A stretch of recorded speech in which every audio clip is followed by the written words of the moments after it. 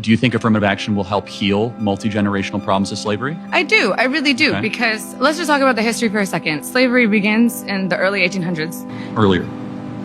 No, Slavery? 1816 is the beginning of slavery. 1619. Oh, yeah, I guess it would be. Okay, and black people are not given equal rights until officially 1965. Would you agree with that? But just so 75? we're clear, black Americans were able to serve in office in the early 1900s. They were able to vote throughout the 1900s. But yes, there were poll taxes, there was Jim Crow laws, there was segregation. Of course there was, and we have to be delusional not to acknowledge those things. Okay, so we can acknowledge all of those things. Can we also acknowledge, due to the laws under Jim Crow, that black people were significantly hindered from economic Got it. advancement? This is a really important question. The data shows not really.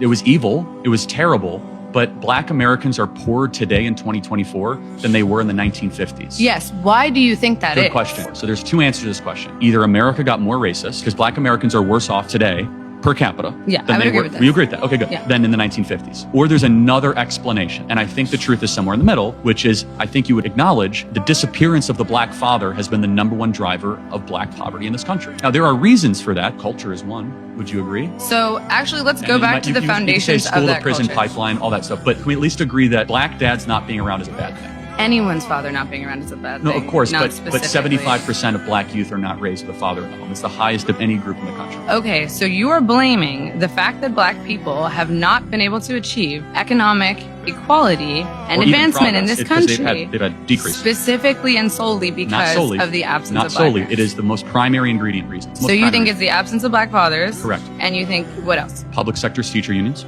that have kept these schools crummy and kids aren't reading and teachers keep getting paid and we don't fire bad teachers.